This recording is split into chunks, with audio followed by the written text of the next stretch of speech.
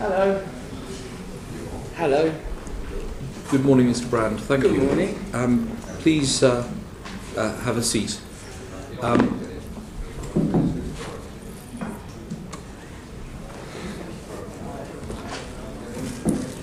Mr. Brand, Mr. Summers, thank you for giving evidence to the committee's inquiry into drugs. Mr. Russell Brand, you gave evidence, written evidence to this committee, which members of the committee have read. Could I start with a point about what you say in your evidence?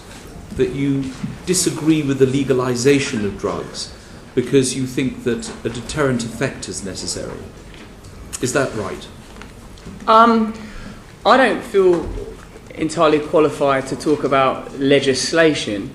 For me, what's more significant is the way that we socially regard the condition of addiction. It's something that I consider to be an illness and therefore more a health matter than a criminal or judicial matter. I don't think that legalisation is something that I've, as I said, particularly qualified to get into. I can see areas, in fact, where decriminalisation might be considered useful and more efficient. You know, in like countries like Portugal or Switzerland, where there's been trials, it seems to have had some efficacy. But for me, it's more important that we regard people suffering from addiction with compassion, and that there's a pragmatic rather than symbolic approach to treating it. And I think the legislative status of addiction and the criminalisation of addicts is kind of symbolic and not really functional. I don't see how it especially helps. But I'm not saying let's have a wacky free-for-all where people go around taking drugs. Didn't help me much. You're a former heroin addict. Yeah. Briefly, could you tell us how you got onto drugs and then how you managed to come off it and how many years you were on hard drugs? I see you've incorporated the word briefly now into the question, as you've already noticed my propensity for verbosity. I became a drug addict, I think, because of emotional difficulties, psychological difficulties, and perhaps a spiritual malady. For me, taking drugs and excessive drinking were the result of a psychological, spiritual, or mental condition. So they're symptomatic. I was like sad, lonely, unhappy, detached, and drugs and alcohol for me seemed like a solution to that problem. Once I dealt with the emotional, spiritual, mental impetus, I no longer felt the need to take drugs or use drugs. I got clean actually at Chip Summers' facility, Focus 12, which is abstinence-based recovery. And that's what we essentially believe in, is that if you have the disease or the illness of addiction or alcoholism, the best way to tackle it is to not use drugs in any form, whether it's state-sponsored opiates like methadone, or illegal street drugs, or illegal substance like alcohol.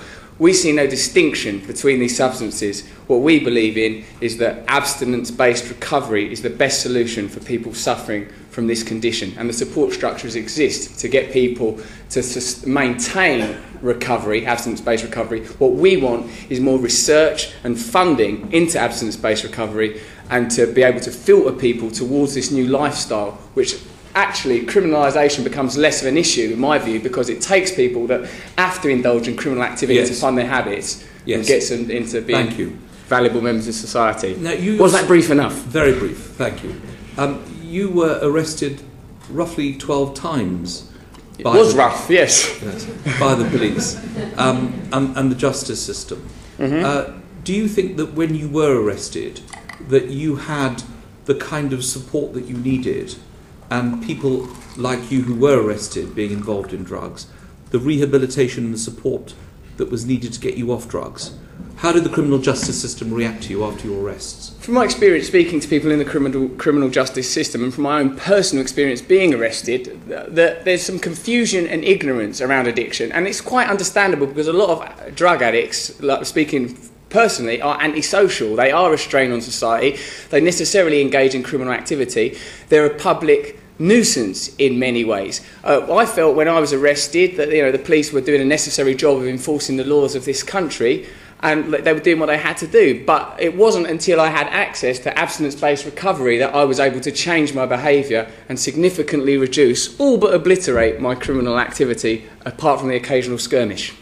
Final question from me on this section is the issue of legal highs. We've been very concerned in the evidence that we've received about the number of legal highs that are available and young people who seem to be able to take legal highs. Whenever they are banned or proposed to be banned, a new legal high emerges. Do you think that this is something that does affect young people? Is this now the drug of choice for young people? I don't know because I'm not young enough anymore, but I know that young people will always want to get high, and I think that what we need is a pragmatic approach to this. In a way, for me, as I said before, Keith, it's insignificant the substance that they're using, whether it's alcohol, illegal street drugs.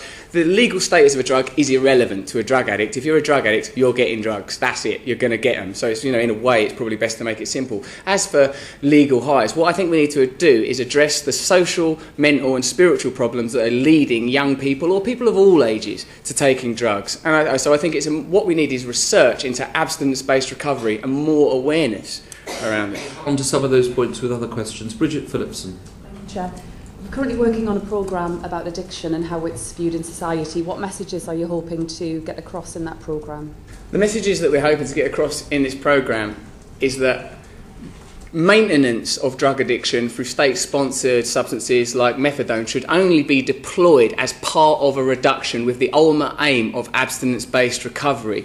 That we need to start regarding addiction in all its forms as a health issue as opposed to a judicial and criminal issue. That we need to change the laws in this country and we need to have a more compassionate, altruistic, loving attitude to the people with the disease of addiction and recognise that these people with the proper help, access to the proper treatment, can become active and helpful members of society, like myself, some would argue that point, or perhaps more obviously Chip Summers, who, a man with a criminal record as long as your arm, now runs a treatment centre and has been clean for 27 years. That's the message, that we don't want to discard people, we don't want to life them off on methadone and leave them on the sidelines. We need to bring them in to society, offer them treatment and once again neutralise the toxic social threat that they offer as criminals because they have to fund their habit, or even if it's a legal drug like alcohol, they're clattering into things, driving drunk, pain in the arse people.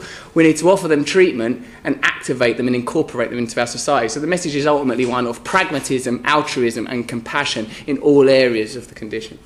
Thank you. Mr. Summers, we will have specific questions for you, but if you want to chip in, if I may put it like that, at any stage, please feel free to do so, but we do have... Is there anything you want to add from what you've heard so far? Splendidly. Thanks, Chip. Chip runs the treatment centre where I got clean. So yes, we're coming on to him in a minute, Mr. Brand. He's already the puppeteer behind each and every articulation. Thank you, Mr. Brand. Michael Ellis has a question for you. Thank you, Mr. Chairman. Mr. Brand, you've said that addiction is an illness. Yes. But would you say that it's also fair to characterise it to a large extent as self-induced? Not really. Like many other illnesses, and also that it does carry with it victims.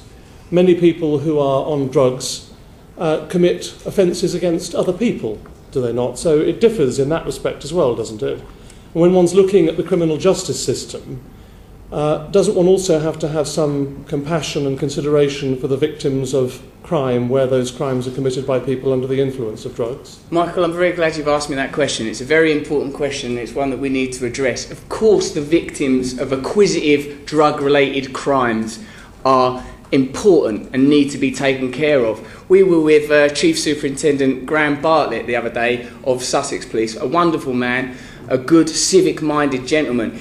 It's his belief that by regarding addiction as an illness, by offering treatment instead of a more punitive approach, we can prevent people from committing crimes. Just personally, I was a criminal when I was a drug addict by virtue of my addiction and the ways that I had to acquire money to get drugs. Anecdotally, Chip was an armed robber in and out of Nick all the time. I hope you don't mind me telling them this. And other people I've met, criminality is a necessary component. Now, of course, we're not saying forget the victims, but I'm saying it's better to address the social situation pragmatically. And I think we all know this. By prescribing methadone to people, most people on methadone are using illegal drugs to supplement their habit. They're not addressing the root problems. We need to approach the victims with respect. Where there has been criminal behaviour, it needs to be dealt with correctly. But perhaps within the penal system itself, we can offer treatment to addicts, like the brilliant work that's done by RAPT in various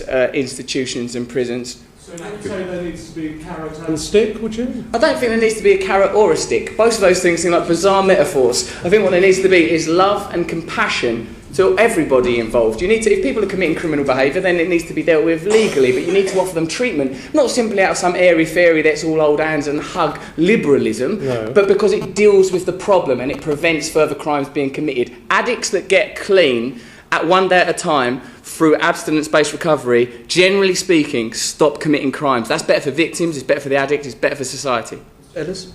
The role that celebrities play in society is not insignificant. And I want to ask you whether... I'd argue that it is insignificant, and that's why they play that role. Perhaps it should be more than it is. But what I want to know from you, Mr. Brand, is whether you think that having got out of the cycle of addiction, yes, and I congratulate you for that, thank you, whether you would like to position yourself as a role model in society for those who might look to you as an example. As the great Tupac Shakur said, role is something people play, model is something that people make. Both of those things are fake. What I want to offer people is truth and authenticity in the treatment of this illness, in our regard to the criminal components of it, in assisting victims, and in the way we legislate and organise our society. I can't be responsible, as you know, you lot hold committees all the time about the reprehensible behaviour of our media. What the cipher of my image is used to represent in the media, I have no control over. You do, because your behaviour is some aspect of what's portrayed about you, isn't it? Well, yes, of course, but however, how's this going to be written up? This could be written up as Michael Ellis is sprawled on a pin there by the wit of Brand, or they could say the recalcitrant former drug addict rambled on. If you read it in the Telegraph, it's going to say one thing. If you read it in the Socialist Worker, it's going to say another thing. A combination. Of course, the objective behaviour has got components, but I'm saying that what I want to offer people is truth and authenticity, and I think celebrity, as we all know, is a vapid, vacuous, toxic concept used to distract people from what's actually important, and in this case that's treatment of people with a disease of addiction. Could I say something? Thank you. Yes, Mr. Summers. As far as we were concerned, those people who are brave enough, who are both celebrities and recovering addicts, have a profound effect on the number of people who seek treatment, because it gives out a very positive message that recovery is possible. And when Russell Brand's book came out, the number of referrals to our treatment centre was just hugely exaggerated, because people suddenly discovered that treatment was possible, help was possible, and it was better, and people could get better, and it made a profound difference. And I would hope that actually more people in the public eye, whether they be, well, I suppose by celebrities they are in the public eye, will come forward and have the bravery to do so, because it does encourage people. So celebrities can be a very positive role. Absolutely. But of course then it can backfire as well when people make a big fuss about being in recovery and then relapse, and of course that's unfortunate, but we're fortunate with Russell that he's maintaining a good recovery, and that continues to be a good role model. Brand, do you think more people need to know about things like cocaine production, where cocaine comes from? The committee went to Colombia to look at the effects that the harvesting of cocaine was having on the people of Colombia, who are extraordinarily poor and were forced to be involved in this kind of activity. Do you think if there was more focus on where it all came from and how it affected communities, that would help stop people getting involved? No, Keith, no more than the industrial consequences of oil production affect people using their cars. People don't care about industry, people care about getting the resource that they require. The illegality makes no difference, the consequences in the nation of origin makes no difference. I think what we need is to address the emotional, mental and spiritual problems that lead to addiction. Of course, any illegal industry or the cocaine manufacture in South American nations or wherever has a negative consequence for their nations, but I don't think that that's something that individual drug addicts are going to be affected by, to be honest, because they're normally on drugs. Thank you very much. Lorraine Fulbrook has some questions to Mr. Summers. I'd like to ask a question to Mr. Summers. Focus 12 has 3 high-profile patrons, Mr. Yes. Brand, Davina McCall Yep. and Boy Boy George. George. And that's something that was probably unthinkable about 50 years ago. Yes. Do you think that has led to the destigmatisation of addiction, or do you think it's led to a wider acceptance of drug use in society in general? I don't think it's encouraged people to use drugs. I think there have been some people who have made a sort of positive... Sorry, love. I was right in the middle of my answer then. Still a good speech, it's just got some ladies going by. I think that The public is fine. Yes, Mr. Okay. Summers. Yeah, I've completely forgotten where I was. Because you're flirting with empty. It's about high-profile patrons Oh, yeah. and destigmatisation, or does it? I lead think there are to certain wider celebrities who have made a sort of positive message about drug use, which has not helped the situation at all. I think most people who get better from drug addiction are a very positive influence. But I think there are some celebrities, obviously, who have probably contributed to people using drugs because they make it look glamorous, they make it look interesting, and I don't suppose that helps. But I think as long as, while they're using, they will tend to do that. But if they stop using, then they obviously become a very positive role model. But I do think there are some celebrities who have made the matter worse. I don't think on a national scale it's made a huge difference. I think there are one or two people who are influenced by that. But I don't think it's... As the chief executive of Focus, I mean, Yeah. how do you pick your celebrities, as it were? the ones that get clean, I'll grab them. Very helpful. Nicola Blackwood. Thank you, Chair. Firstly, I'd like to congratulate you on your work on abstinence-based work. I think that it's very effective, and I share your suspicion about long-term methadone maintenance. But I was struck by your comments about the problems of highlighting drug use in communities. And do you think that we're doing enough, or do you think that there's a risk that our harm reduction based approaches to drugs education are giving a false impression that there are some drugs which are safe if they're used correctly? I think we are not doing anything like enough to give an honest answer to the problems of drugs. I think we are giving a rather clouded message about drug use. I think there's a lot more that we could be doing about honestly educating people about drugs. I don't think we address it and take it on board properly enough. And I feel that we should be doing much more, especially at an educational level. We should be giving honest education, and I don't think there are many schools that are giving honest education to young people. We've been educating young people now for 15 years, and it hasn't had a major influence on the number of drug use. I think we need to change how we're doing the education of young people, particularly. Well, how? Because by giving more honest information. It's no good just going into schools and saying drugs are bad, stop it. Because in each of those schools there will be people who are using cannabis, who are using ketamine, or using ecstasy. Not all the school, but some of them will be. And if you don't give people both the good and the bad of drug use, they won't listen to you. Because there are lots of people in schools who are smoking cannabis and not dropping dead. You have to give both the positive and the negative side of it. And I don't think we're doing that. I think we're giving too much of the negative side of it and not giving honest information. Unless it's honest, people won't listen. Thank you. Dr. Julian Huppert wants to... Thank you, Chair. Mr. Summers, you're an advocate for abstinence-based Very much so. Approaches. You presumably know there's been work by Professor Strang, for example, published in The Lancet, which showed that there was good evidence for methadone maintenance and very high cost effectiveness, fairly good for heroin maintenance, and a lack of evidence for abstinence. Do you think that abstinence is the answer for everybody, or are you arguing that there are people for whom it is a very good option? I think it is an admirable aim for everybody. Not everybody can achieve it. Not everybody can give up smoking.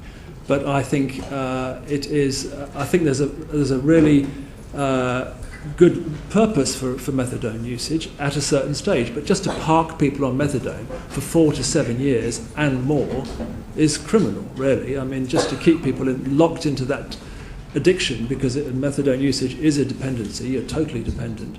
I think it has a role, but I think it gets overused, and I think we just tend to use it as a response to everything, and we don't do enough to intervene. I think it would be an admirable aim for everybody. I don't think methadone usage is a good thing. I see very few people on methadone who are leading good, stable lives. I think most of the people who are using methadone are also using other drugs on top. If I saw it producing good stability, I would be much more in favour of it. I don't see that. What I do see is that people who are abstinent lead good, clean and decent lives, but obviously not everybody can achieve it. I think that suggests further research is needed to check the results. Can I also just ask, really, for both of you, because obviously we have finite resources to spend. If we're going to spend more money on treatment, if we're going to spend more money on education, money has to be taken from somewhere.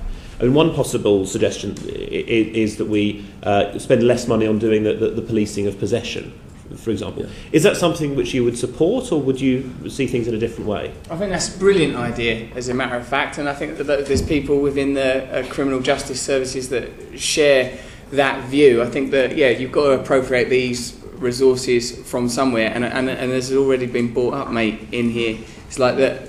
It's not penalising people for the possession of drugs is costly and expensive. A good number of times I was arrested was simply for possession, and the administrative costs of that would be better spent, I think, on education and addressing and treatment. I think that would be a very, very sensible use of those redirected funds. Mr. Summers? Mr. Summers? I feel like I'm at school now because I've forgotten the question. Like, do you think instead of nicking people for possession, Oh, yeah. they should just stick it into treatment and education? Thank you for that translation, Mr. Bryant. Mr. Summers? I think there's an awful lot of money wasted on small-time possession of small amounts of drugs, which are just part and parcel of the daily hustle and bustle of using. I think there is an awful lot of police time wasted on that. And I'm not saying that we should legalise it, but I think if we could get rid of some of that, because that sort of just minor possession is just part of the everyday life of being an addict. And, it would be... I certainly think there's a massive difference between decriminalising and legalising. I think it's good to treat it as a health issue rather than a criminal issue, but I'm not in favour of legalising things. But I think we do waste a lot of money, unfortunately, on minor You spent possession. quite a lot of time in prison on accounts of possession. Yes, I did. But also armed robbery to get drugs. I think Nicola So Blackwood should we has- even trust you?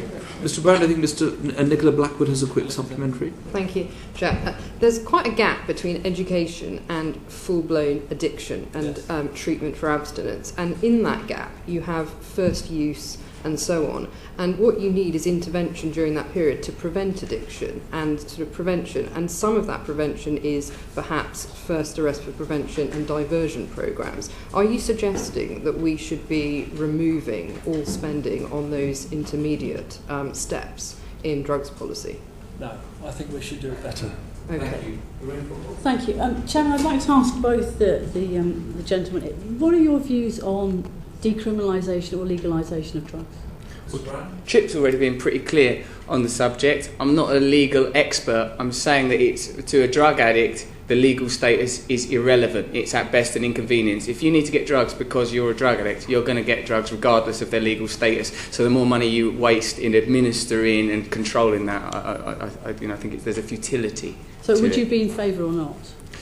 Yeah, I think, to tell you the truth, yes, I would. I think that there's a degree of cowardice and sort of willful ignorance around this condition. I think a good many people here, like if you think about it, like sort of we all know someone who's affected by alcoholism or addiction, and it's something that we increasingly need to handle compassionately and pragmatically. The criminal and legal status, I think, sends the wrong message. But I wouldn't start banging a drum, as I said before, to make drugs legal, because I don't take any drugs and I don't drink because for me they're bad. I just think we need to recognise the distinction that certain people have a condition or a tendency that drugs and alcohol are going to ruin their lives. We need to identify those people and offer them the correct treatment. Thank you. So, Mr. Summers, Mr. Summers, do you yes. agree with decriminalisation or legislation? I think there's a real argument for decriminalising it so that it gets treated like a health issue rather than a legal issue.